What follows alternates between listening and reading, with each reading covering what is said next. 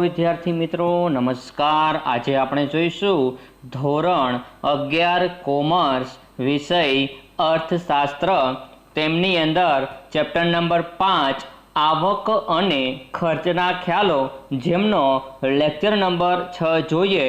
તો વિદ્યાર્થી મિત્રો આપણે લાસ્ટ લેક્ચર નંબર 5 ની અંદર સરેરાશ અસ્થિર ખર્ચ અને સરેરાશ ખર્ચની ચર્ચા કરેલી હતી। આજના લેક્ચરની અંદર સીમાંત ખર્ચ અને સરેરાશ ખર્ચ અને સીમાંત ખર્ચ વચ્ચેનો તફાવત આ બે પોઈન્ટ જોવાના છે। તો આપણે લાસ્ટ લેક્ચરની અંદર જોયેલા બે પોઈન્ટ તે જોઈએ। સરેરાશ અસ્થિર ખર્ચ તો આપણે વાત કરતા હતા કે સરેરાશ અસ્થિર ખર્ચ કેવી રીતે મળે, તો કુલ અસ્થિર ખર્ચ એના છેદમાં કુલ ઉત્પાદનના એકમો।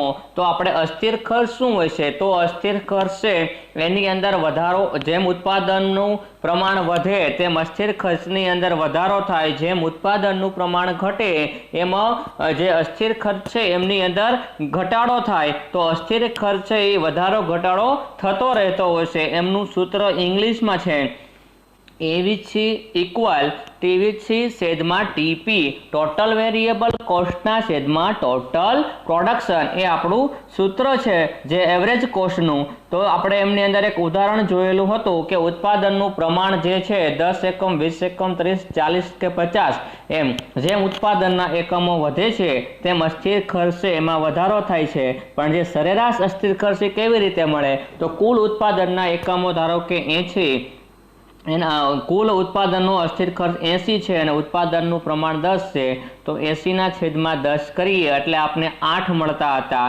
એવી રીતે 150ના છેદમાં 20 કરીએ એટલે આપણે સરેરાશ અસ્થિર ખર્ચ 7.5 મળતું હતું। આ આપણે જોયેલું હતું। ત્યાર પછી એમની સમજૂતી અને એક આકૃતિની ચર્ચા પણ કરેલી હતી। ત્યાર પછી આપણે જોયું હતું સરેરાશ ખર્ચ કોને કહેવાય, એવરેજ કોસ્ટ। તો આપણે એને વ્યાખ્યા જોઈતી કે સરેરાશ ખર્ચને સરેરાશ કુલ ખર્ચ તરીકે પણ ઓળખવામાં આવે છે। અને બીજી એમની વ્યાખ્યા હતી કે સરેરાશ ખર્ચ એ એકમ દીઠ ખર્ચ છે। કુલ ખર્ચને ઉત્પાદનના એકમોથી ભાંગીને સરેરાશ ખર્ચ મેળવવામાં આવે છે કે ઉત્પાદનના એકમો ધારો કે 10 છે અને ઉત્પાદનનો ખર્ચો સરેરાશ ખર્ચ છે એ આપણે શોધવો હોય તો કુલ ખર્ચ 100 હોય તો 100ના છેદમાં 10 કરીએ એટલે એક યુનિટ દીઠ એવરેજ આપણે 10 રૂપિયાનો ખર્ચો મળે છે, જેને આપણે સરેરાશ ખર્ચ તરીકે ઓળખીએ છીએ। તેમનું સૂત્ર છે સરેરાશ ખર્ચ બરાબર કુલ ખર્ચ એને છેદમાં કુલ ઉત્પાદનના એકમો, જેનું ઇંગ્લિશમાં સૂત્ર છે એસી ઇક્વલ ટીસી અપોન ટીપી। આ જે આપણો સરેરાશ ખર્ચ છે એમનું સૂત્ર છે। ત્યાર પછી આપણે જોઈએ આજના લેક્ચરની અંદર વિદ્યાર્થી મિત્રો શું જોવાનું છે, તો આજના લેક્ચરની અંદર આપણે સીમાંત ખર્ચ અને સરેરાશ ખર્ચની ચર્ચા કરવાની છે। તો સીમાંત ખર્ચ કોને કહેવામાં આવે છે, સીમાંત ખર્ચને આપણે ઇંગ્લિશમાં માર્જિનલ કોસ્ટ તરીકે પણ ઓળખીએ છીએ। જોઈએ આપણે જાણીએ છીએ કે ઉત્પાદન વધારવામાં આવતા ખર્ચમાં પણ વધારો થાય છે। કુલ ઉત્પાદનના એકમનો વધારો અથવા ઘટાડો થવાથી કુલ ઉત્પાદન ખર્ચમાં જે ફેરફાર થાય છે તેને સીમાંત ખર્ચ કહે છે। આપણે જાણીએ છીએ કે આપણે જેટલું ઉત્પાદન વધારીએ એના કુલ ખર્ચમાં એટલો વધારો થાય, જેટલો ઉત્પાદન ઘટાડીએ તેના કુલ ખર્ચમાં એનો ઘટાડો થાય। પણ આ જે વધારો અને ઘટાડો છે આની વચ્ચેનો જે તફાવત છે એને આપણે સીમાંત ખર્ચ તરીકે ઓળખીએ છીએ। ટૂંકમાં ઉત્પાદનનું એક એકમ ઉત્પન્ન કરવાથી કુલ ખર્ચમાં થતો ફેરફાર એ સીમાંત ખર્ચ છે। શું કીધું કે ઉત્પાદનનું એક એકમ તમે ઉત્પન્ન કરો અને જે કુલ ખર્ચ કેવી રીતનો મળતો, તો સ્થિર ખર્ચ પ્લસ અસ્થિર ખર્ચ। સ્થિર ખર્ચ છે એ ઉત્પાદન વધે કે ઘટે કે શૂન્ય રહે, જે રહેવાનો છે તે જ રહેવાનો છે। પણ જે અસ્થિર ખર્ચ છે ઉત્પાદન વધતા વધતો તો ઉત્પાદન ઘટતા ઘટતો તો, એટલે આપણે જે ખર્ચ છે કુલ ખર્ચ કેવી રીતે મેળવતા હતા, તો કે કુલ ખર્ચ બરાબર સ્થિર ખર્ચ પ્લસ અસ્થિર ખર્ચ, આવી રીતને આપણે કુલ ખર્ચ મળતું હતું. પણ આપણે શું કીધું છે? સીમાંત ખર્ચ, કે ઉત્પાદનનું એક એકમ ઉત્પાદન કરવાથી જે કુલ ખર્ચ છે એમાં કયો તફાવત છે, કેટલો વધે છે કે કેટલો ઘટે છે, આને આપણે સીમાંત ખર્ચ કહીએ છીએ. એમનું સૂત્ર જોઈએ તો MCN equal TCN minus TC કૌંસની અંદર N-1. તો આપણે આખું સૂત્ર સમજીએ. n એટલે એકમોની સંખ્યા. એકમોની સંખ્યાની વાત કરીએ તો આપણે આ જે ઉત્પાદનનો યુનિટ 10 હતા એમાંથી 20 યુનિટનું ઉત્પાદન થયું. તો આ 20 યુનિટે કેટલા રૂપિયાનો ખર્ચો લાગ્યો છે એને આપણે n લઈશું. અને -1 એટલે કે 30 માંથી 20 બાદ કરવાના, કે ઉપરના જે 20 યુનિટ હતા એમાં કેટલો ખર્ચો લાગ્યો છે. તો ત્રીજા યુનિટનો જે ખર્ચો લાગ્યો હોય એમાંથી આપણે બીજા યુનિટનો ખર્ચો બાદ કરીએ તો આપણને મળી જાય કે ત્રીજા યુનિટનો જે સીમાંત ખર્ચ કેટલો છે તે. પહેલા સૂત્ર સમજીએ પછી એનું ઉદાહરણ જોઈએ. તો n બરાબર એકમોની સંખ્યા, MCN બરાબર n એકમોનો સીમાંત ખર્ચ, જે આગળના જે એકમો છે એમની વાત કરેલી છે. ત્યાર પછી TCN બરાબર n એકમોનો કુલ ખર્ચ, અને TC બ્રેકેટની અંદર n-1. તો n-1 એ એકમોનો કુલ ખર્ચ હશે, એટલે કે જે રનિંગ જે લાસ્ટ એકમ છે એનો જે ખર્ચો છે એમાંથી આપણે આગળનું એક એકમ છે એનો ખર્ચો બાદ કરીશું, એને આપણે કહીશું n-1. હવે આપણે સૂત્ર જોઈએ તો કે દાખલા તરીકે આપણે n એકમોનો ઉત્પાદન ખર્ચ અને n બરાબર 1 એકમોના ઉત્પાદન ખર્ચના તફાવત દ્વારા સીમાંત ખર્ચ મેળવવાની સંજ્ઞા નીચે મુજબ છે. ધારો કે સૂત્રમાં n બરાબર 3 મૂકતા, એટલે કે આપણા સૂત્રની અંદર એકમોની સંખ્યા, જે ત્રીજો એકમ હશે એમની સંખ્યા કેટલી લીધેલી છે? 3 લીધેલી છે. તો સૂત્રમાં 3 મૂકીએ તો જોઈએ MCN equal TCN minus TC બ્રેકેટની અંદર n-1. તો આપણે MC3 જે જગ્યાએ આપણા સૂત્રની અંદર જ્યાં n દર્શાવેલો છે ત્યાં દરેકની અંદર n દર્શાવેલો છે ત્યાં આપણે 3 મૂકવાના. તો MCN છે પહેલાની અંદર, તો MC3 થઈ ગયું બરાબર TCN છે ત્યાં TC3 માઇનસ TC કૌંસની અંદર ઉપર પણ આપણે n-1 બતાવ્યું છે, એટલે અહીં પણ 3-1 કરીએ તો આખા સૂત્રની અંદર જોઈએ તો TC3 માઇનસ TC આપણે જે 3 માંથી 1 બાદ કર્યો એટલે કેટલા વધ્યા કૌંસની અંદર? જે 2 વધેલા છે તે. હવે જોઈએ આપણે જ્યાં TC3 બરાબર 21, આપણું આગળ ઉદાહરણ આવશે ત્યાંથી આપણે જોઈશું 21 કેવી રીતના આવ્યા તે. અને TC2 બરાબર 16, TC3 બરાબર કેટલા છે? 21 અને TC2 બરાબર 16. તો TC3 અને TC2 ની વાત કરીએ તો જોઈએ ઉત્પાદનનું પ્રમાણ જોડ, એને પહેલું આપણે માનો TC1, બીજું છે TC2, ત્રીજું છે TC3. તો જો TC3 માં આપણે 3 ઉત્પાદનનું પહેલું બોક્સ જો વિદ્યાર્થી મિત્રો, તો પહેલા બોક્સની અંદર આપણે 3 જે ઉત્પાદનનું પ્રમાણ છે એની સામે કેટલા છે? કુલ ખર્ચ 21 છે. તો એને આપણે 21 લીધેલા હતા. અને TC2 એટલે ટોટલ ઉત્પાદનનું પ્રમાણ, TC2 માં કેટલું છે કુલ ખર્ચ? 16. તો 21 માઇનસ 16 કરીશું એટલે આપને મળશે કે સીમાંત ખર્ચ કેટલો છે તે. ફરીવાર કહું વિદ્યાર્થી મિત્રો, હજુ ધ્યાન રાખજો, TCN અને TC3 એ બહુ મોટી વાત નથી. આપણે ત્રીજા એકમનો જે ખર્ચ છે એમાંથી આપણે બીજા એકમનો ખર્ચ બાદ કરવાનો છે. તો 21 માઇનસ 16, તો આપણે જે 21 માઇનસ 16 કરતા જે રકમ પ્રાપ્ત થશે એ આપણો સીમાંત ખર્ચ હશે. તો જો આપણે 21 માઇનસ 16 કર્યા એટલે કેટલો છે? 5 જે છે એ શું છે? સીમાંત ખર્ચ.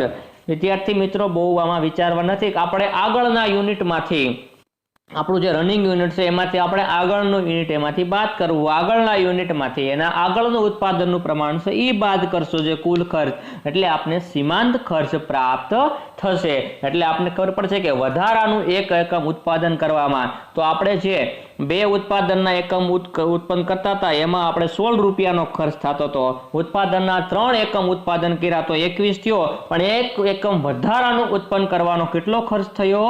5 રૂપિયા. કેમ કે ઉત્પાદન 2 એકમનું કરતા હતા ત્યારે 16 હતો અને ઉત્પાદનના 3 એકમનું ઉત્પાદન કરીએ છીએ ત્યારે 21 છે, તો 21 માઇનસ 16 એટલે જો ડિફરન્સ મળે છે 5 નો એને સીમાંત ખર્ચ તરીકે ઓળખવામાં આવે છે. નીચેની અનુસૂચિ મુજબ ત્રીજા એકમના સીમાંત ખર્ચ એ ત્રીજા એકમનો કુલ ખર્ચ અને બીજા એકમોનો કુલ ખર્ચનો તફાવત એટલે કે 5 છે. 21 માઇનસ 16 એ આપણો તફાવત છે. ત્રીજા એકમમાંથી બીજા એકમનો જે કુલ ખર્ચ છે એ આપણે બાદ કર્યો. સીમાંત ખર્ચ સ્થિર ખર્ચથી સ્વતંત્ર હોય છે, તેથી કહી શકાય કે સીમાંત ખર્ચ એ અસ્થિર ખર્ચમાં થતા ફેરફારનું પરિણામ છે. જે અસ્થિર ખર્ચ તમને મેં વાત કરી કે ઉત્પાદન વધતા વધે, ઘટતા ઘટે અને 0 એ 0 થાય, પણ જે સ્થિર ખર્ચ છે એ તો ઉત્પાદન તમે ન કરો તો પણ એટલો જ ખર્ચ રહેવાનો છે. ઉત્પાદનનું પ્રમાણમાં વધારો કરવો કે ઉત્પાદનના પ્રમાણમાં ઘટાડો કરો એમાં કોઈ પ્રકારનો ફેર ન થાય, આવા ખર્ચને આપણે સ્થિર ખર્ચ તરીકે ઓળખીએ છીએ. તો જોયું આપણે બીજો પોઈન્ટ કે ભાઈ સીમાંત ખર્ચ સ્થિર ખર્ચથી સ્વતંત્ર હોય છે, તેથી કહી શકાય કે સીમાંત ખર્ચ એ અસ્થિર ખર્ચમાં થતા ફેરફારનું પરિણામ છે. જ્યારે ઉત્પાદન n એકમો પરથી ઘટીને n-1 એકમો થાય છે ત્યારે કુલ અસ્થિર ખર્ચમાં થતા વધારો જેટલો સીમાંત ખર્ચ હોય છે. તો સીમાંત ખર્ચ ઉત્પાદનમાં ફેરફાર થવાથી કુલ ખર્ચમાં થતા ફેરફાર બરાબર થાય છે. તો આપણે જોઈએ ઉત્પાદનનું પ્રમાણ ટીપી એટલે ટોટલ પ્રોડક્શન. ઉત્પાદનનું પ્રમાણને શું કીધું છે? ટીપી એટલે ટોટલ પ્રોડક્શન, અને કુલ ખર્ચ એટલે ટોટલ કોસ્ટ. અને ત્રીજું જે આપણું બોક્સ છે એમાં છે સીમાંત ખર્ચ, જેને MC દર્શાવ્યું છે એને કહેવામાં આવે છે માર્જિનલ કોસ્ટ. તો ટોટલ ઉત્પાદનના એકમો 1, 2, 3, 4, 5, 6 અને 7 સુધીના ઉત્પાદનના એકમો છે. હવે એમનો કુલ ખર્ચ કેટલો થાય છે કે એક ઉત્પાદનનું યુનિટ તમે ઉત્પાદન કરો તો 9 રૂપિયા થાય છે, 2 યુનિટ ઉત્પાદન કરો તો 16 થાય છે, 3 યુનિટનું ઉત્પાદન કરો તો 21 થાય છે, 4 યુનિટનું ઉત્પાદન કરો તો 28 રૂપિયા ખર્ચ થાય છે, 5 યુનિટનું ઉત્પાદન કરો તો 40 રૂપિયા ખર્ચ થાય છે, 6 યુનિટનું ઉત્પાદન કરો તો 54 રૂપિયા ખર્ચ થાય છે, અને 7 યુનિટનું ઉત્પાદન કરો તો 70 રૂપિયા ખર્ચ થાય છે. એટલે આપણે કુલ ખર્ચની વાત કરીએ, કુલ ખર્ચની અંદર કયા કયા ખર્ચનો સમાવેશ થાય? તો કુલ ખર્ચની અંદર અસ્થિર ખર્ચ પ્લસ સ્થિર ખર્ચ આ બંને ખર્ચનો સમાવેશ થાય છે ત્યારે આપણે કુલ ખર્ચ મળે છે. હવે સીમાંત ખર્ચ કેવી રીતનું મળે છે? તો આપણી પાસે ઉપર ઉત્પાદનનું એકમ કેટલું છે? 0, તો ત્યારે એની અંદર ખર્ચ પણ કેવો હશે? 0. તો આપણે ત્યાર પછી બીજું યુનિટ જોઈએ કે ભાઈ 16 છે તો 16 માંથી 9 બાદ કરો તો જે સીમાંત ખર્ચ 2 ઉત્પાદનનું પ્રમાણ છે ત્યાં કેટલા આવશે? 7 આવશે. કે તમે 16 માંથી 9 બાદ કરો એટલે એવું કહી શકાય TC3 માઇનસ TC2 કરો એટલે કેટલા મળશે તમને? 7 મળશે. ત્રીજું આપણું ઉત્પાદનનું પ્રમાણ 3 એકમ છે તો 21 માંથી 16 બાદ કરો એટલે કેટલા મળે? 5 મળે. જે ચોથું છે ઉત્પાદનનું પ્રમાણ એમાં તમે કુલ ખર્ચ 28 આપેલો છે તો 28 માઇનસ ત્રીજા એકમનું ઉત્પાદન ખર્ચ કેટલું છે? કુલ 21 છે તો 28 માઇનસ 21 કરો એટલે ચોથા યુનિટનું સીમાંત ખર્ચ કેટલું મળશે આપને? 7 મળશે. એવી રીતનું પાંચમાનું તમે જુઓ તો પાંચમાનું છે કેટલું છે? 40. 40 માંથી કેટલા બાદ કરવાના? 28. એટલે જે સીમાંત ખર્ચ 5 યુનિટનું ઉત્પાદન કરશો તો કેટલું મળશે? 12 રૂપિયા. ત્યાર પછી છઠ્ઠું જુઓ તો કે 54 માઇનસ 40 કરશો તો કેટલા મળશે? 14 મળશે. એટલે કે એક એકમ જે વધારાનું ઉત્પાદન કરવાનો સીમાંત ખર્ચ કેટલો થયો? 14 થયો. તો આવી રીતનું આપણે સીમાંત ખર્ચ મળે છે. કેવી રીતે? કે કુલ ખર્ચમાંથી જે આપણે આગળના યુનિટનું ઉત્પાદન હોય એને એમાંથી બાદ કરવાનું. અહીં આપણે સીમાંત ખર્ચની એક આકૃતિ દર્શાવી છે જેમની અંદર x ધરી અને y ધરી, x ધરી ઉપર ઉત્પાદનનું પ્રમાણ અને વાય ધરી પર સીમાંત ખર્ચ દર્શાવેલો છે। ઉત્પાદનનું પ્રમાણની વાત કરીએ તો 1, 2, 3, 4, 5, 6 અને 7 જે ઉત્પાદનનું પ્રમાણ છે।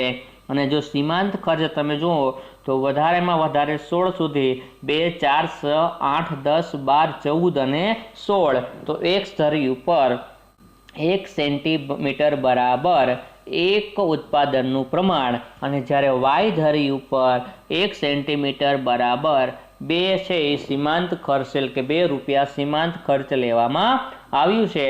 હવે આકૃતિની અંદર જોઈએ તો જે 1 યુનિટનું ઉત્પાદન છે તે આપણે એ દર્શાવેલું છે એટલે કે સીમાંત ખર્ચ ત્યાં કેટલું હશે 9 દર્શાવેલું છે। ત્યાર પછી આપણે બેની એકદમ સ્ટ્રેટ તમે જોશો એટલે આપણે બી દર્શાવ્યું છે તો બીની સામે કેટલું છે 7 રૂપિયા છે। ત્યાર પછી 3 તમે જોશો તો 3 આપણે સી પોઈન્ટ દર્શાવ્યો છે ત્યાં 5 રૂપિયા 4 યુનિટે 7 રૂપિયા પાછા। ત્યાર પછી 5 જે ઉત્પાદનના પ્રમાણ છે ત્યાં આપણે જોઈએ તો કે 12 અને જે એફ પોઈન્ટ આપણે દર્શાવ્યો છે તે છે 14 અને જી પોઈન્ટ છે તે છે આપણો 16 તો આ ઉત્પાદનનું પ્રમાણ છે જે સીમાંત ખર્ચ રેખા કહેવામાં આવે છે। તો આપણે આકૃતિ દર્શાવી આપણે ઉપર અનુસૂચિ જોઈ હવે એમની આપણે સમજૂતી જોઈએ તો સમજૂતીની અંદર ફર્સ્ટ પોઈન્ટ અનુસૂચિમાં દર્શાવ્યા મુજબ ત્રીજા એકમ સુધી ઉત્પાદન વધતા સીમાંત ખર્ચ ઘટે છે। ત્રીજા એકમે સીમાંત ખર્ચ લઘુત્તમ છે ત્યાર પછી સીમાંત ખર્ચમાં સતત વધારો થાય છે। એટલે આપણે જે સી પોઈન્ટ દર્શાવ્યો છે કે એ બી અને સી એ છે એના કરતાં બી ઓછું છે અને બી કરતાં સી ઓછું છે ત્યાં સુધી સીમાંત ખર્ચ ઘટે છે। ત્યાર પછી સીમાંત ખર્ચમાં વધારો થાય છે તે આપણે આકૃતિ ઉપરથી સાબિત થાય છે। ત્યાર પછી બીજો પોઈન્ટ સમજૂતીની અંદર તો કે આકૃતિમાં દર્શાવ્યા મુજબ કુલ સરેરાશ ખર્ચની જેમ જ શરૂઆતમાં સીમાંત ખર્ચ ઘટે છે પરંતુ અમુક સમય બાદ તેમાં વધારો થાય છે કારણ કે ઉત્પાદન વધતા કુલ અસ્થિર ખર્ચ ઘટતા દરે વધે છે અને અમુક બિંદુ પછી વધતા દરે વધે છે। તેથી શરૂઆતમાં ઉત્પાદન વધતા સીમાંત ખર્ચ ઘટે અને અમુક બિંદુ પછી વધે છે। જે આપણે સીમાંત ખર્ચની વાત કરીએ છીએ કે ભાઈ જે સીમાંત ખર્ચ છે એ શરૂઆતમાં ઘટે છે અને ત્યાર પછી વધતા દરે વધે છે એનું કારણ શું તો કે એવું કહેવામાં આવે છે કે જે સરેરાશ ખર્ચ છે ને એવી રીતનું સીમાંત ખર્ચ પણ ઘટે છે અમુક સમય બાદ ઘટતા દરે પછી વધે છે। એટલા માટે કે જે અસ્થિર ખર્ચ છે એ જે છે એની અંદર ધીમે ધીમે પાછો વધારો થતો હોય છે એટલા માટે આપને ઘટતા દરે વધે છે એવું આપને સીમાંત ખર્ચ પણ જણાય છે। ત્યાર પછી જોઈએ આપણો ત્રીજો જે સમજૂતીનો પોઈન્ટ છે આકૃતિમાં સીમાંત ખર્ચની રેખા હોકી સ્ટિક આકારની હોય છે તેથી સીમાંત ખર્ચની રેખા ઋણ ઢાળવાળી હોય છે। આપણે ક્વેશ્ચન આવે 1 માર્ક્સની અંદર કે સીમાંત ખર્ચની રેખા કેવા આકારની હોય છે તો કે સીમાંત ખર્ચની રેખા હોકી સ્ટિક આકારની હોય છે। સીમાંત ખર્ચની રેખા કેવી છે ઋણ ઢાળવાળી। કેમ ઋણ ઢાળવાળી કે ઉપરથી નીચે તરફ આવે છે અને ત્રીજા એકમ પછી ઉત્પાદન વધતા ખર્ચ વધે છે સીમાંત ખર્ચની રેખા ધનઢાળવાળી બને છે। જો ઋણઢાળવાળી એટલે શું કે ડાબી તરફથી જમણી તરફ નીચે તરફ આવે છે ઉપરથી નીચે તરફ એટલે એને કહેવામાં આવે છે ઋણઢાળવાળી। કેમ કે એમાં ઘટાડો થાય છે એ કરતાં બી ઓછું અને બી કરતાં સી ઓછું ત્યાર પછી વધે છે એટલે એને કહેવાય છે ધનઢાળવાળી કે નીચેથી ઉપર તરફ ડાબીથી જમણી તરફ જે સી બિંદુ પછીનું ડી બિંદુ છે ઈ બિંદુ છે એફ બિંદુ છે અને જી બિંદુ છે જે આ પોઈન્ટ આપણે દર્શાવ્યા છે એમાં ધીમે ધીમે વધારો થઈ રહ્યો છે એટલે એને કહેવામાં આવે છે ધનઢાળ। તો વિદ્યાર્થી મિત્રો આપણે પોઈન્ટ જોયો સીમાંત ખર્ચ જે આપણો 5.3.7 હતો। આપણા વિદ્યાર્થી મિત્રો જે 5.3 પોઈન્ટ છે તે લાંબો પોઈન્ટ હતો એમની અંદર આપણે જોયું તો સ્થિર ખર્ચ અસ્થિર ખર્ચ કુલ ખર્ચ સરેરાશ સ્થિર ખર્ચ સરેરાશ અસ્થિર ખર્ચ સરેરાશ ખર્ચ અને સીમાંત ખર્ચ આ 7 પોઈન્ટ જે છે એ આપણો 5.3 પોઈન્ટ હતો એમની અંદર સમાવવામાં આવેલા હતા. હવે આપણે જોઈએ આપણા આજના લેક્ચરનો જે લાસ્ટ પોઈન્ટ છે 5.4 સરેરાશ ખર્ચ અને સીમાંત ખર્ચ વચ્ચેનો તફાવત. સરેરાશ ખર્ચ અને સીમાંત ખર્ચ વચ્ચેનો તફાવત એને ઇંગ્લિશમાં કહેવામાં આવે છે relation between average cost and marginal cost. Average cost એને કહેવામાં આવે છે સરેરાશ ખર્ચ અને સીમાંત ખર્ચને કહેવામાં આવે છે માર્જિનલ કોસ્ટ. રેડી, તો આ બંને વચ્ચેનો જે તફાવત છે તે જોઈએ. પણ બીજી વાત કરું વિદ્યાર્થી મિત્રો કે ભાઈ તે આપણે COVID-19ને કારણે જે સિલેબસની અંદર ઘટાડો થઈ રહ્યો છે તો આપણા સિલેબસની અંદર આપણા ચેપ્ટર નંબર 5ના ઘણા પોઈન્ટ નથી તો પણ આપણે ચલાવેલા છે કે ગવર્મેન્ટે એવું કીધું છે કે ભાઈ 30% સુધીનો તમારો સિલેબસ કટ કરવાના છે અને તમારી જે એક્ઝામ એપ્રિલ મહિનાની અંદર હોય દર વર્ષે એ તમારી જે લાસ્ટ ફાઇનલ એક્ઝામ છે એ તમારી જૂન મહિનાની અંદર કદાચ આવી શકે છે. એટલે સિલેબસ પણ આપણે જે કટ કરેલો છે એ આપણે ચેપ્ટર નંબર 5ની અંદર ચલાવીશું. હવે ત્યાર પછીના જે લેક્ચર આવે ત્યારે જોઈશું, પણ આપણે મોટાભાગે એની માહિતી પણ મેળવવી જરૂરી છે અને તમારું બધી જ વસ્તુ જે સિલેબસ છે એ સારી રીતે વ્યવસ્થિત રીતે આપણે પૂરો પણ કરી દઈશું. હવે જોઈએ આપણા પાસે આવી જઈએ 5.4ની અંદર તો કે relation between average cost and marginal cost. તો ઉત્પાદન ખર્ચના અભ્યાસમાં સરેરાશ ખર્ચ સીમાંત ખર્ચ વચ્ચેનો અભ્યાસ મહત્વનો ગણાય છે.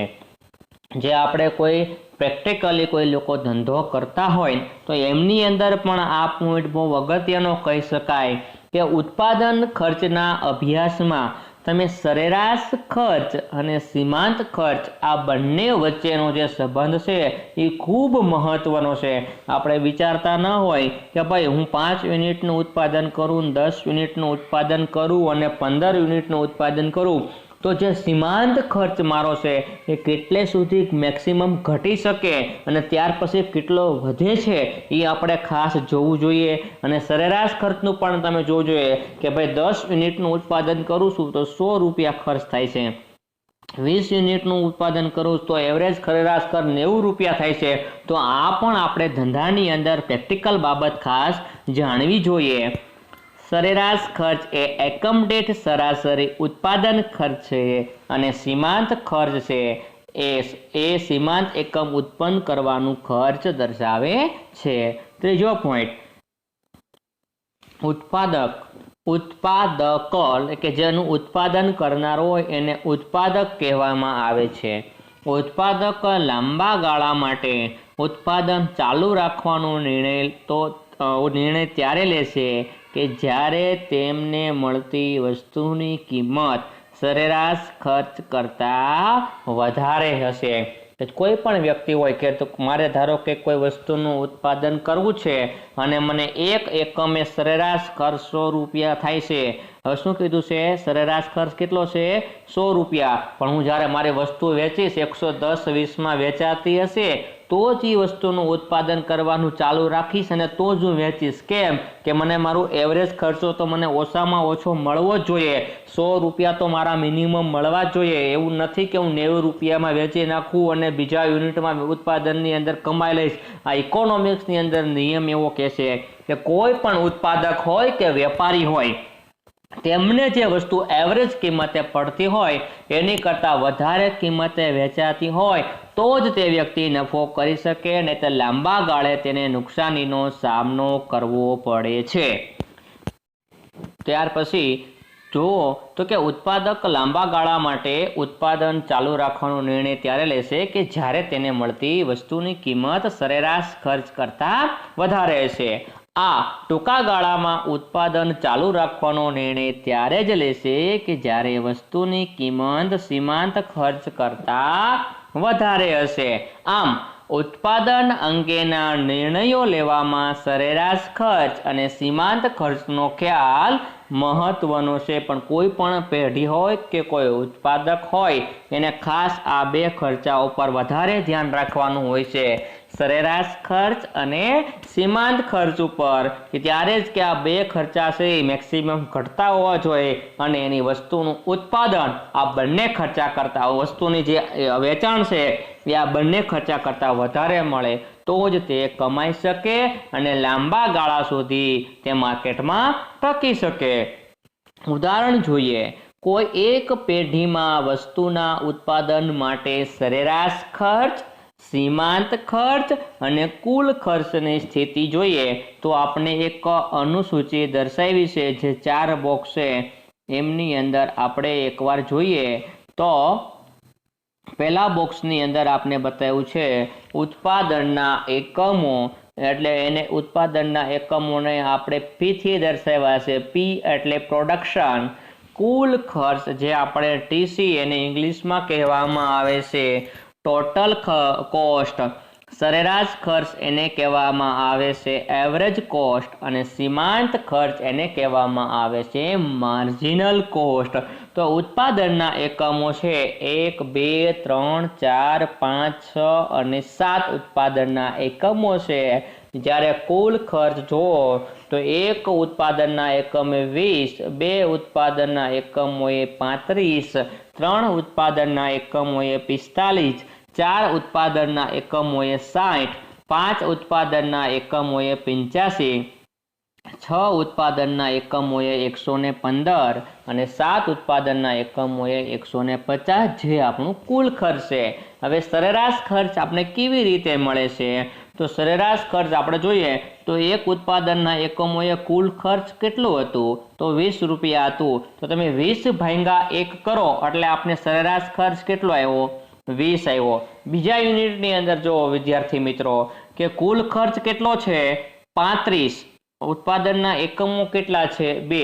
તો તમે 35 ડિવાઇડેડ બાય 2 કરો તો તમને કેટલા મળશે? 17.5. એ આપણો કેવો ખર્ચ છે? સરેરાશ ખર્ચ છે. ત્યાર પછી આપણું ત્રીજું જો ઉત્પાદનના એકમો કેટલા છે? 3 છે.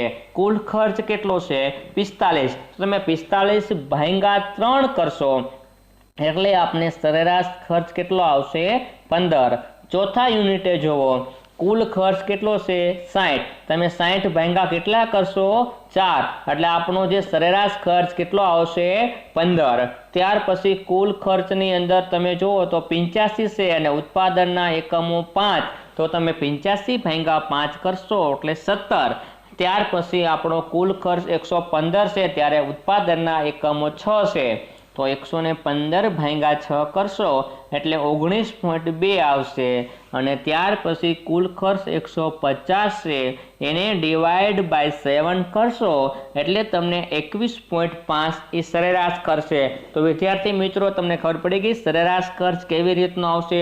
કુલ ખર્ચ છે એને ડિવાઈડ કરવાના ઉત્પાદનના એકમો સાથે એટલે આપને શું મળશે? જે સરેરાશ ખર્ચ ઇંગ્લિશમાં સૂત્ર જો તો TC ના છેદમાં તમારે P કરતું જવાનું એટલે તમને AC મળશે. ફરીવાર TC એટલે ટોટલ કોસ્ટ, કુલ ખર્ચના છેદમાં તમારે ઉત્પાદનના એકમો કરશો એટલે તમને સરેરાશ ખર્ચ મળશે. અને હવે ત્યાર પછીનું જે આપણું ચોથું જે બોક્સ છે માર્જિનલ કોસ્ટ, જેને આપણે સીમાંત ખર્ચ તરીકે ઓળખીએ છીએ, તો એમાં ખાસ ધ્યાન રાખજો વિદ્યાર્થી મિત્રો. આપણે જોયું હતું TC વાળું આપણે સૂત્ર જોયું હતું કે TC માઇનસ TC કૌંસમાં n-1 નામનું જે આપણે સૂત્ર જોયેલું હતું. તો એમની અંદર તમે જો ખાસ ધ્યાન આપજો કે આપણે 20 ઉત્પાદનના એકમો છે, કુલ ખર્ચ કેટલો છે? 20. આપણે આગળ ઉત્પાદન જુઓ તો કેટલું હશે? એક યુનિટે 20 થાય છે તો 0 એ ઉત્પાદન કેટલું હશે? ખર્ચ 0 હશે. એટલે ત્યાં આપણે હાઇફનની સાઇન કરેલી છે. પણ બીજું તમે બોક્સની અંદર ખાસ જોજો, ઉત્પાદનના એકમો 2 છે, કુલ ખર્ચ 35 છે, સરેરાશ ખર્ચ 17.5 અને સીમાંત ખર્ચ 15. કેવી રીતે આવ્યું? તો આપણું બીજું બોક્સ જો વિદ્યાર્થી મિત્રો કુલ ખર્ચનું દર્શાવેલું છે, એને આપણે કુલ ખર્ચ કેટલું છે? બીજા યુનિટે 35 છે, એમાંથી પહેલા યુનિટનો કુલ ખર્ચ કેટલો છે તો 20 છે, તો તમે 35માંથી 20 બાદ કરશો એટલે તમને સીમાંત ખર્ચ કેટલો મળશે 15। ત્યાર પછી પાછું જોવો તો ઉત્પાદનના એકમો ત્રીજા એકમે તમે જોવો કુલ ખર્ચ કેટલો છે 45 છે, સરેરાશ ખર્ચ કેટલો છે 15 અને સીમાંત ખર્ચ 10। તો કેવી રીતે 10 આવ્યા તો તમે બીજા બોક્સની અંદર જુઓ ત્રીજા યુનિટનો કુલ ખર્ચ કેટલો છે 45, જ્યારે બીજા યુનિટ છે એમનો કુલ ખર્ચ કેટલો છે 35, તો તમે 45માંથી 35 બાદ કરશો એટલે સીમાંત ખર્ચ ત્રીજા યુનિટનો કેટલો મળશે 10 મળશે। ત્યાર પછી તમે કુલ ખર્ચની અંદર જુઓ ઉત્પાદનના ચોથા એકમે 60 છે, સરેરાશ ખર્ચ 15 છે અને જે સીમાંત ખર્ચ પણ 15। એ કેવી રીતે આવ્યો તો આપણે ચોથા યુનિટનો કુલ ખર્ચ 60 છે, એમાંથી ત્રીજા યુનિટનો ખર્ચ 45 તમે બાદ કરશો એટલે તમને ત્યાં સીમાંત ખર્ચ કેટલો મળે છે 15। એટલે તમે એક યુનિટ વધારે ઉત્પાદન કરશો તો તમારો સીમાંત ખર્ચ 15। એવી રીતે પાંચમા ઉત્પાદનના યુનિટે જે કુલ ખર્ચ છે એ 85 છે અને સરેરાશ ખર્ચ 17 અને સીમાંત ખર્ચ 25, તો તમે 85માંથી ચોથા યુનિટનો જે 60 કુલ ખર્ચ છે એ બાદ કરશો એટલે આપને પાંચમા યુનિટનો જે સરેરાશ સીમાંત ખર્ચ છે એ કેટલો મળશે 25 મળશે। તો વિદ્યાર્થી મિત્રો ખાસ ધ્યાન રાખજો, આમાં આપણે ત્રીજા બોક્સ ચોથું બોક્સ છે એમાં માર્જિનલ કોસ્ટ છે કેવી રીતે આવી તો તમારે કુલ ખર્ચને ધ્યાનમાં રાખીને આવશે। જે નીચેનું યુનિટ હોય એમાંથી આગળના યુનિટનો ખર્ચ તમે બાદ કરશો એટલે તમને સીમાંત ખર્ચ મળશે। હવે આપણે એમની અંદર નીચે એક સૂત્ર પણ દર્શાવ્યું હતું આપણા સૂત્રને આધારે, તો MC7 = TC7 - TC6, MC બરાબર TCN - TC કૌંસની અંદર n-1। આ સૂત્ર બહુ તમને સમજાવવું પડે એમ નથી, તમને મેં સીધી વાત કરી। હવે આપણે જુઓ તો MC7 એટલે તમને 150 છે ત્યાં 7 આપ્યા છે અને એની ઉપર કેટલા છે તો 115 છે, તો તમે 150માંથી એટલે TC7 માંથી તમારે ક્યાં બાદ કરવાના TC6 બાદ કરવાના, તો 150માંથી 115 બાદ કરશો એટલે તમને કેટલા મળ્યા એમની અંદર 35 છે, 35 MC એટલે એને કીધું છે સીમાંત ખર્ચ। ત્યાર પછી જોઈએ આપણે હવે જેમ ઉત્પાદનનું પ્રમાણ વધે છે શરૂઆતમાં સરેરાશ ખર્ચ અને સીમાંત ખર્ચ બંને ઘટે છે, ત્યારબાદ વધતી પેદાશનો નિયમ લાગુ પડે છે। તો આપણે જુઓ ત્રીજું અને ચોથું બોક્સ બંને જુઓ શરૂઆતમાં 20 એમાંથી ઘટીને 17.5 થયા, એમાંથી ઘટીને 15 થયા, ચોથા યુનિટે 15 થયા, ત્યાર પછી 5, 6 અને 7 યુનિટે વધતા જાય છે, 15 થી 17, 17 થી 19.2 અને 19.2 થી 21.5। એટલે આપણે સરેરાશ ખર્ચની શરૂઆતમાં ઘટે છે અને ત્યાર પછી વધે છે।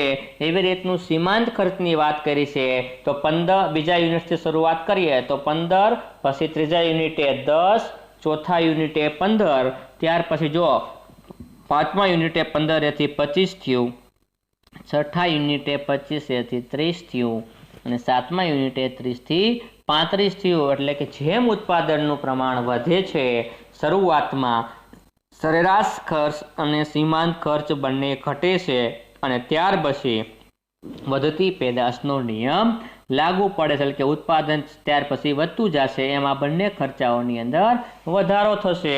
ત્યાર પછીનો પોઈન્ટ ઉત્પાદનના ચોથા એકમે સરેરાશ ખર્ચ અને સીમાંત ખર્ચ સરખા થાય છે। જ્યારે સરેરાશ ખર્ચ લઘુત્તમ હોય છે ત્યારબાદ ઘટતી પેદાશનો નિયમ જે નિયમ હતો તે જોવાથી સરેરાશ ખર્ચ અને સીમાંત ખર્ચ બંને વધે છે। ત્યારે વધતી પેદાશનું કે જેમ ઉત્પાદન વધશે તેમ સરેરાશ ખર્ચ અને સીમાંત ખર્ચ બંને વધતા જશે, એમની આપણે આકૃતિ દર્શાવી છે। એક્સ ધરી અને વાય ધરી, એક્સ ધરી ઉપર ઉત્પાદનનું પ્રમાણ, વાય ધરી પર ખર્ચ જે રૂપિયામાં દર્શાવ્યો છે, એક્સ ધરી ઉપર 1, 2, 3, 4, 5, 6 અને 7 જે ઉત્પાદનના એકમો છે, વાય ધરી ઉપર જે રૂપિયા દર્શાવ્યા છે 5, 10, 15, 20, 25, 30 અને 35 એ કિંમત દર્શાવી છે। હવે આપણે આકૃતિ આમાંથી મળેલી છે, સીમાંત ખર્ચની રેખા અને સરેરાશ ખર્ચની રેખા। તો બંને તમે જો શરૂઆતમાં ત્રીજા પોઈન્ટ સુધી આ બંનેની અંદર ઘટાડો થયો છે। ત્યાર પછી એક સમય એવો આવ્યો છે કે સીમાંત ખર્ચ પણ સરખો અને જે સરેરાશ ખર્ચ છે એ પણ સરખો। તો તમે જોઈ લઈએ આપણે ચોથા યુનિટે તમે જુઓ તો આ બંને ખર્ચાઓ સરખા થઈ ગયા। કયા કયા? સીમાંત ખર્ચ અને સરેરાશ ખર્ચ આ બંને શરૂઆતમાં કેવા થયા? ઘટતા હતા। ત્યાર પછી એક સમયે સરખા થયા, ત્યાર પછી બંને વધે છે 17 થી 19.2 અને 19.2 થી 21.5। ત્યાર પછી બાજુમાં તમે MC જુઓ તો 25 થી 30 અને 30 થી 35। તો આ બંને છે એક સમયે સેમ બને છે। ક્યાં થાય છે? 15 કેટલામાં યુનિટે? એક ત્રીજા યુનિટે અને ચોથાએ। ત્યાર પછી બંનેની અંદર સરેરાશ ખર્ચની રેખા અને સીમાંત ખર્ચની રેખા બંને MC અને AC આ બંનેની અંદર ધીમે ધીમે વધારો થાય છે। તો વિદ્યાર્થી મિત્રો આપણે એની અનુસૂચિ જોઈ, આકૃતિ જોઈ, હવે આપણે આમની સમજૂતીની અંદર આ ત્રણ જે પોઈન્ટ છે તે જોઈ લઈએ। સીમાંત ખર્ચ લેસ ધેન સરેરાશ ખર્ચ, MC લેસ ધેન AC।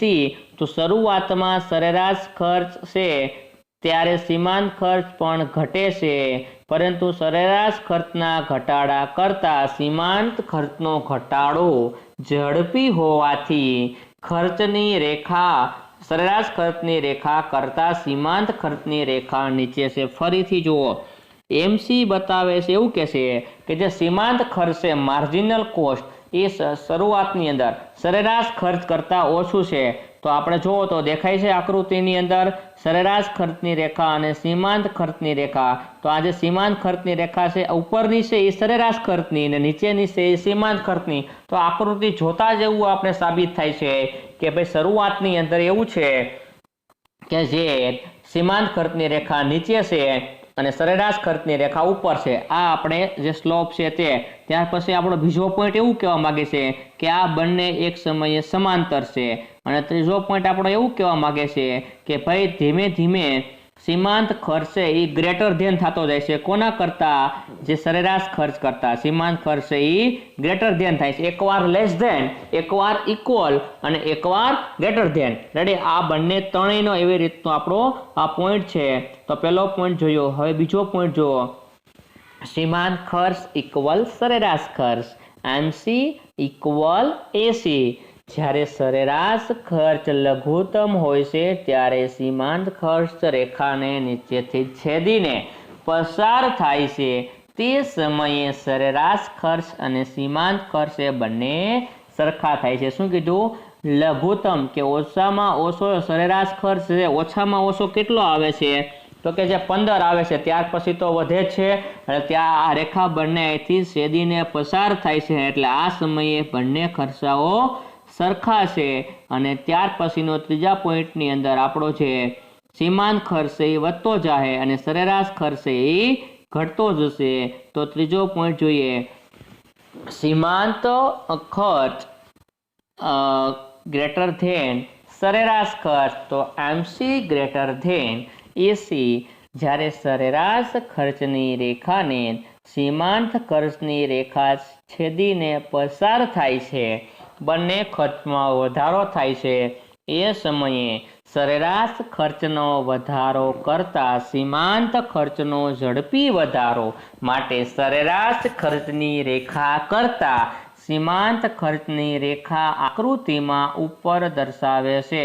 તો સાચી વાત છે કે સરેરાશ ખર્ચની રેખા કરતા સીમાંત ખર્ચની રેખા ઉપર તરફ દર્શાવે છે। તેથી સાબિત થાય છે કે MC ગ્રેટર ધેન AC, સીમાંત ખર્ચ ગ્રેટર ધેન સરેરાશ ખર્ચ। આ ત્રણ પોઈન્ટ આપણે આકૃતિ પરથી સાબિત થયા। તો વિદ્યાર્થી મિત્રો આપણે આજના લેક્ચરની અંદર આપણો જે 5.3.7 સીમાંત ખર્ચ છે એમની ચર્ચા કરી, એમની વ્યાખ્યા જોઈ, એમની અનુસૂચિ જોઈ, એમની આકૃતિ જોઈ અને આકૃતિ ઉપરથી કયા પરિણામો સાબિત થાય છે તેમની ચર્ચા કરી. અને આપણો જે 5.4 છે સરેરાશ ખર્ચ અને સીમાંત ખર્ચ, આ બંનેનો આપણે તફાવતની એક અનુસૂચિ જોઈ. ત્યાર પછી આ બંનેની અનુસૂચિ પરથી આપણે આકૃતિ જોઈ અને આકૃતિ પરથી આપણે 3 જે પરિણામ મળ્યા, એકવાર સીમાંત ખર્ચ છે એ સરેરાશ ખર્ચ કરતાં વધુ આવે છે, એકવાર સરેરાશ ખર્ચ છે એ સીમાંત ખર્ચ કરતાં વધુ આવે છે ને એકવાર બંને ઇક્વલ સરેરાશ ખર્ચ અને સીમાંત ખર્ચ, આ પણ પરિણામો આપણે જોયા. હવે આપણો લેક્ચર નંબર જ્યારે 7 આવશે એમની અંદર આપણો જે 5.5 જે આપણો પોઈન્ટ છે લાંબા ગાળાના સરેરાશ ખર્ચની રેખા અને 5.6 આવકના ખ્યાલો, એમાં જે કુલ આવક છે તેમના વિશે આપણે ચર્ચા કરીશું. જ્યારે નેક્સ્ટ લેક્ચર નંબર 7 આવશે ત્યારે આ બંને પોઈન્ટને ડિટેલની અંદર સમજીશું.